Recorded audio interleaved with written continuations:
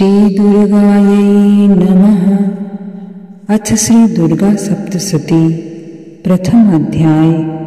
मेधा ऋषि का राजा सूरथ और समाधि को भगवती की महिमा बताते हुए मधुकैटभ वध का प्रसंग सुनाना।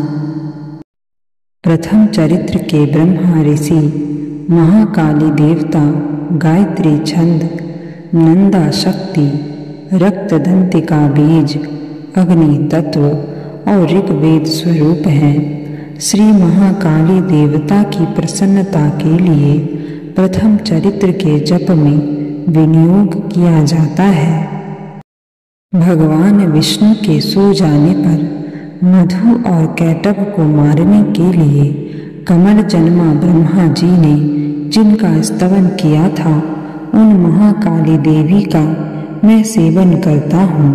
वे अपने 10 हाथों में खड्ग, चक्र, गदा, बाण, धनुष, परिघ, शूल, भुशुंडी, मस्तक और शंख धारण करती हैं। उनके 3 नेत्र हैं। वे समस्त अंगों में दिव्य आभूषणों से विभूषित हैं। उनके शरीर की कांति नीलमणि के समान है तथा वे 10 मुख और 10 पैरों से युक्त हैं।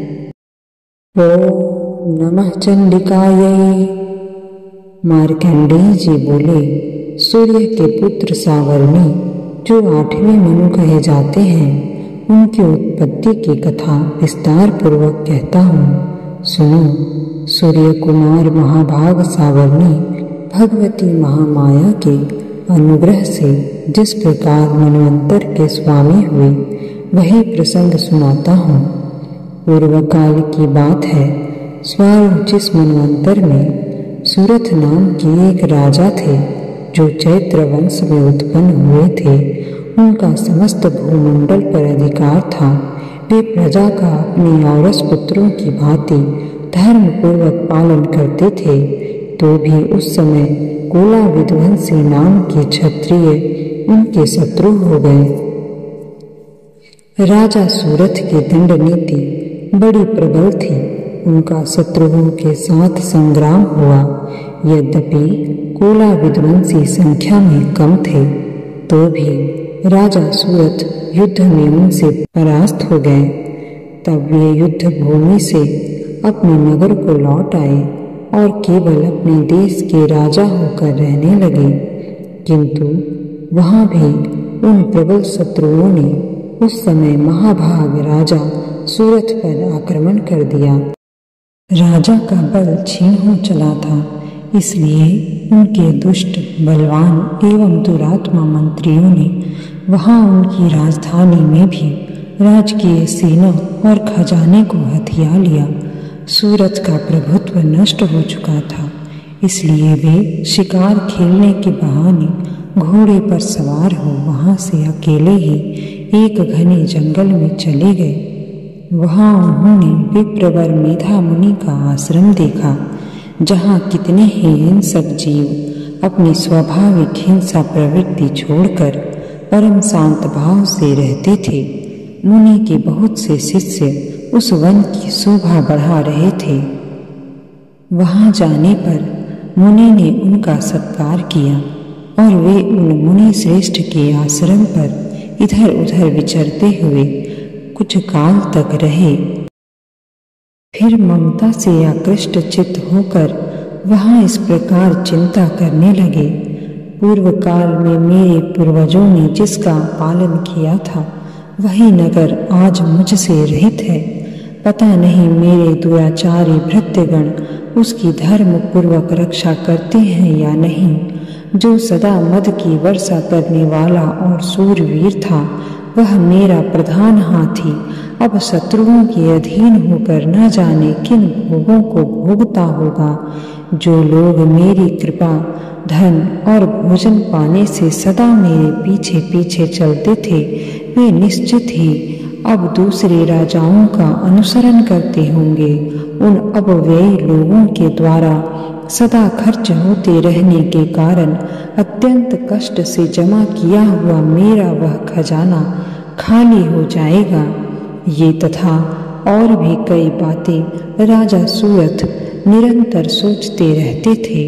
एक दिन उन्होंने वहां विप्रवर मेधा के आश्रम के निकट एक वैश्य को देखा और उससे पूछा, भाई तुम कौन हो? यहाँ तुम्हारे आने का क्या कारण है? तुम क्यों शोकग्रस्त और अनमने से दिखाई देते हो? राजा सूरथ का यह प्रेम पूर्वक कहा हुआ वचन सुनकर वैश्य ने विनीत भाव से उन्हें प्रणाम करके कहा। वैश्य बोला, राजन, मैं धनियों के कुल में उत्पन्न हुआ एक वैश्य हूँ। मेरा नाम समाधि है। मेरे दुष्ट स्त्री पुरुषों ने धन के लोभ से मुझे घर से बाहर निकाल दिया है। मैं इस समय धन, स्त्री और पुत्रों से वंचित हूँ।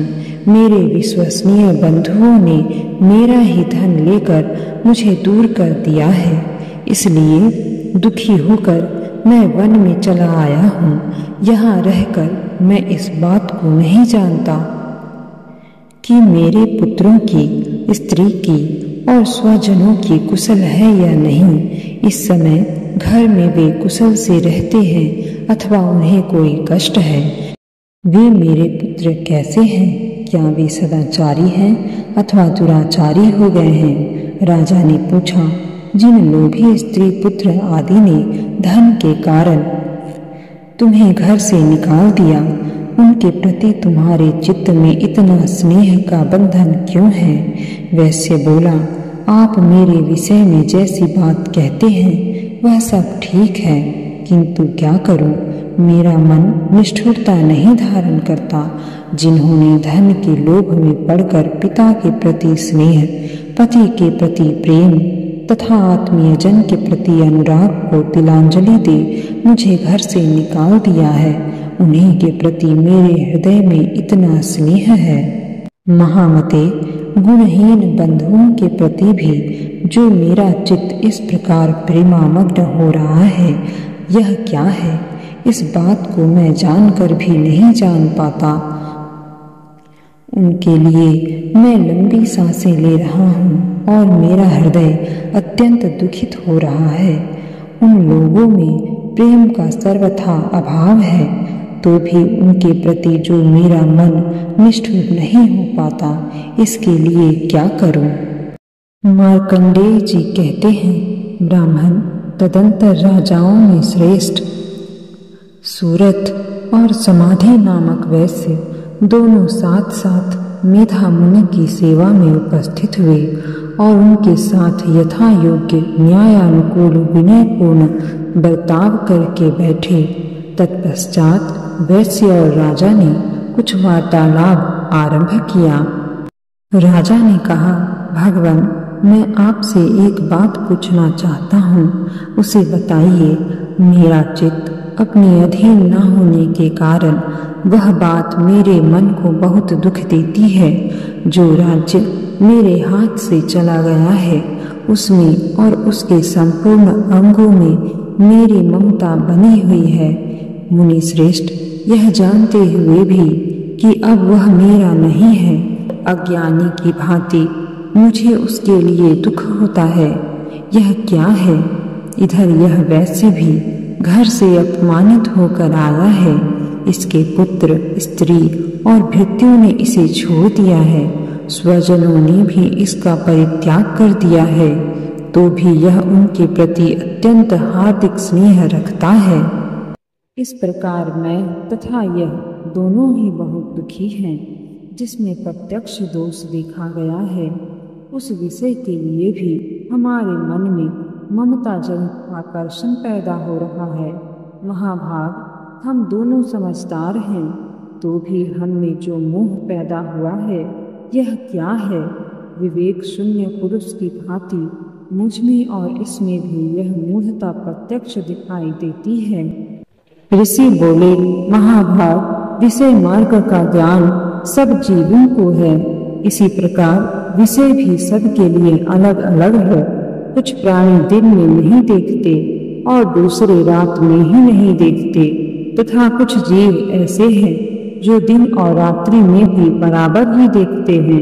यह ठीक है, कि मनुष्य समझदार होते हैं, किंतु केवल वे ही ऐसे नहीं होते। पशु पक्षी और मृग आदि सभी प्राणी समझदार होते हैं। मनुष्यों की समझ भी वैसी ही होती है जैसी उन मृग और पक्षियों की होती है, तथा जैसी मनुष्यों की होती है वैसी ही उन मृग पक्षी आदि की होती है। यह तथा अन्य बातें भी प्रायः दोनों में समान ही है। समझ होने पर भी इन पक्षियों को तो देखो, ये स्वयं भूख से पीड़ित होते हुए भी मूढ़वश बच्चों की चोंच में कितने चाव से अन्न के दाने डाल रहे हैं। नरश्रेष्ठ, क्या तुम नहीं देखते? मनुष्य समझदार होते हुए भी लोभवश अपने किए हुए उपकार का बदला पाने के लिए पुत्रों की अभिलाषा करते हैं।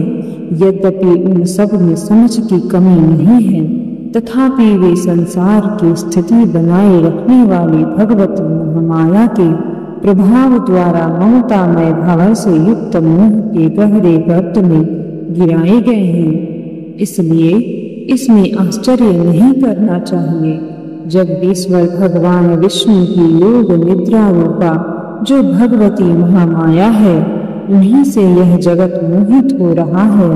वे भगवती महामाया देवी ज्ञानियों के भी चित्त को बलपूर्वक खींचकर मोह में डाल देती हैं। वे ही इस संपूर्ण चराचर जगत की सृष्टि करती हैं, तथा वे ही प्रसन्न होने पर मनुष्यों को मुक्ति के लिए वरदान देती हैं।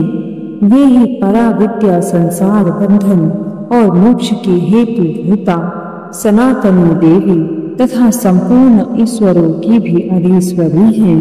राजा ने पूछा, भगवान, जिन्हें आप महामाया कहते हैं, वे देवी कौन हैं? ब्राह्मण, उनका आविर्भाव कैसे हुआ तथा उनके चरित्र कौन कौन हैं? ब्रह्मवेत्ताओं में श्रेष्ठ महर्षि उन देवी का जैसा प्रभाव हो, जैसा स्वरूप हो और जिस प्रकार प्रादुर्भाव हुआ हो, वह सब मैं आपके मुख से सुनना चाहता हूँ। ऋषि बोले, राजन, वास्तव में तो वे देवी नित्य स्वरूपा ही हैं। संपूर्ण जगत उन्हीं का स्वरूप है तथा उन्होंने समस्त विश्व को व्याप्त कर रखा है। तथापि उनका प्राकट्य अनेक प्रकार से होता है, वह मुझसे सुनो। यद्यपि वे नित्य और अजन्मा हैं, तथापि जब देवताओं का कार्य सिद्ध करने के लिए प्रकट होती हैं, उस समय लोक में उत्पन्न हुई कहलाती हैं। कल्प के अंत में जब संपूर्ण जगत एकावर्ण में निमग्न हो रहा था और सबके प्रभु भगवान विष्णु शेषनाग की सैया बिछाकर योग निद्रा का आश्रय ले सो रहे थे, उस समय उनके कानों के मैल से दो भयंकर असुर उत्पन्न हुए जो मधु और कैटभ के नाम से विख्यात थे। वे दोनों ब्रह्मा जी का वध करने को तैयार हो गए। भगवान विष्णु के नाभि कमल में विराजमान प्रजापति ब्रह्मा जी ने जब उन दोनों भयानक असुरों को अपने पास लाया और भगवान को सोया हुआ देखा, तब एकाग्रचित्त होकर उन्होंने भगवान विष्णु को जगाने के लिए उनके नेत्रों में निवास करने वाली योग निद्रा का स्तवन आरंभ किया, जो इस विश्व की अधीश्वरी, जगत को धारण करने वाली, संसार का पालन और संहार करने वाली तथा तेज स्वरूप भगवान विष्णु की अनुपम शक्ति है। उन्हीं भगवती निद्रा देवी की भगवान ब्रह्मा स्तुति करने लगे। ब्रह्मा जी ने कहा, देवी, तुम ही स्वाहा, तुम ही स्वधा और तुम ही वसटकार हो। स्वर भी तुम्हारे ही स्वरूप है। तुम ही जीवन दायिनी सुधा हो। नित्य अक्षर, प्रणव में आकार, उकार, मकार, इन तीन मात्राओं के रूप में तुम ही स्थित हो तथा इन तीन मात्राओं के अतिरिक्त जो बिंदु रूपा नित्य अर्ध मात्रा है, जिसका विशेष रूप से उच्चारण नहीं किया जा सकता, वह भी तुम ही हो। देवी, तुम ही संध्या, सावित्री तथा परम जननी हो। देवी, तुम ही इस विश्व ब्रह्मांड को धारण करती हो। तुमसे ही इस जगत की सृष्टि होती है, तुम्ही से इसका पालन होता है और सदा तुम्ही कल्प के अंत में सबको अपना ग्रास बना लेती हो। जगन्मयी देवी, इस जगत की उत्पत्ति के समय तुम सृष्टि रूपा हो, पालन काल में स्थिति रूपा हो तथा कल्पांत के समय संहार रूप धारण करने वाली हो। तुम्ही महाविद्या, महामाया, महामेधा, महास्मृति, महामोह रूपा महादेवी और महासुरी हो। तुम्ही तीनों गुणों को उत्पन्न करने वाली सबकी प्रकृति हो। भयंकर काल रात्रि, महारात्रि और मोहरात्रि भी तुम्ही हो।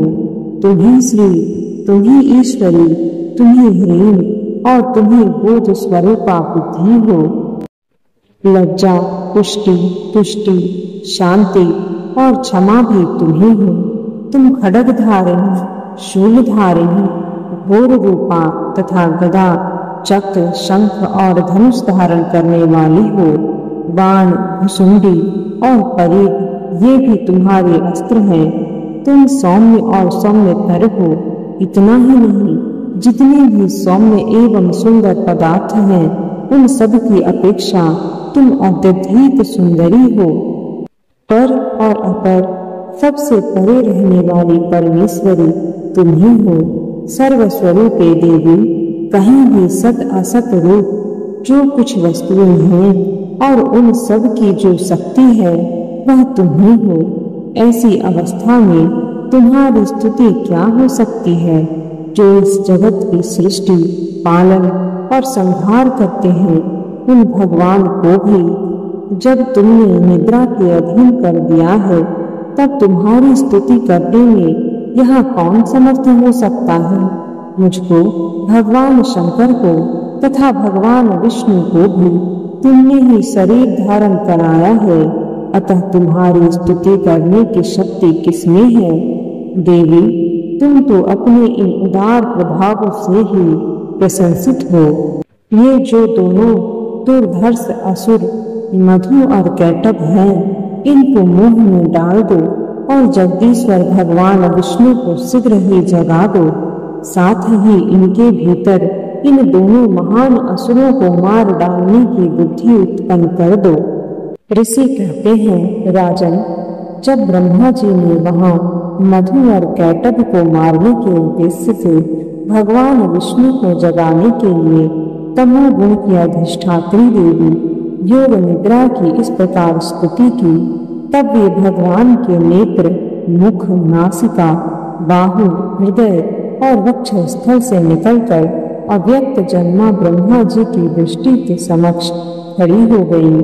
योग निद्रा से मुक्त होने पर जगत के स्वामी भगवान जनार्दन उस एकावन के जल में शेषनाग की सैया से जाग उठे। फिर उन्होंने उन दोनों असुरों को देखा। वे दुरात्मा मधु और कैटभ अत्यंत बलवान तथा पराक्रमी थे और क्रोध से लाल आंखें किए ब्रह्मा जी को खा जाने के लिए उद्योग कर रहे थे। तब भगवान श्री हरि ने उठकर उन दोनों के साथ 5000 वर्षों तक केवल बाहु युद्ध किया। वे दोनों भी अत्यंत बल के कारण उन्मत्त हो रहे थे। इधर महामाया ने भी उन्हें मोह में डाल रखा था, इसलिए वे भगवान विष्णु से कहने लगे, हम तुम्हारी वीरता से संतुष्ट हैं, तुम हम लोगों से कोई वर मांगो। श्री भगवान बोले, यदि तुम दोनों मुझ पर प्रसन्न हो तो अब मेरे हाथ से मारे जाओ। बस इतना सा ही मैंने वर मांगा है, यहाँ दूसरे किसी वर से क्या लेना है। ऋषि कहते हैं, इस प्रकार धोखे में आ जाने पर जब उन्होंने संपूर्ण जगत में जल ही जल देखा, तब कमल नयन भगवान से कहा, जहाँ पृथ्वी जल में डूबी हुई न हो, जहाँ सूखा स्थान हो, वहीं हमारा वध करो। ऋषि कहते हैं, तब तथास्तु कहकर शंख, चक्र और गदा धारण करने वाले भगवान ने उन दोनों के मस्तक अपनी जांघ पर रखकर चक्र से काट डाले। इस प्रकार ये देवी महामाया ब्रह्मा जी की स्तुति करने पर स्वयं प्रकट हुई थी।